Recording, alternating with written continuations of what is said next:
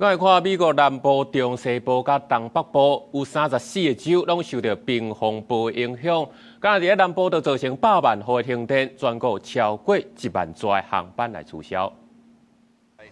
You can see the flames shooting out from the front of the house, from the top of the house. 奥克拉荷马市东南边这栋厝当咧火烧，状况真危急。赶去现场救援的其中一台水灵车，因为车路结冰，转入到边仔的沟仔内。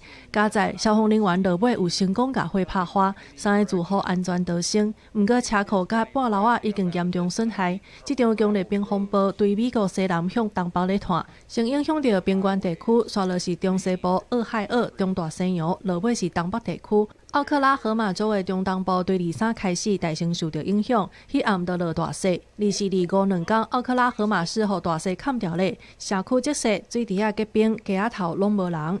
刷落风暴搁向东边去，中西部大湖区 Chicago 25气温降到零下17度。根据停电追踪网站 Power Outage， 这波冰风暴影响2.131人，约1万户失电去，而且继续咧增加。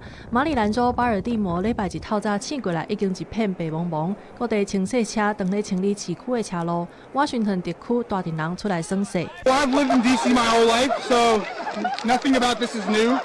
I'd say over the last 10 years, this is probably my fourth. 这场历史性的强烈冬季风暴影响到其中一个大城市费城，高高的雪予费城国际机场大量航班取消。根据航班追踪网站 FlightAware， 迄天全美国已经取消1,100个航班，超过14000个航班延误。除了费城，受灾上严重的航空交通重点包括 Washington、北卡罗来纳州罗利达拉姆国际机场、New York 和 New Jersey。 This is certainly the coldest weather we've seen, the coldest winter storm we've seen in years. And truly, New York State is locked into a grip here. Already, records in the state have been shattered. Friday, temperatures across the state were as low as -40.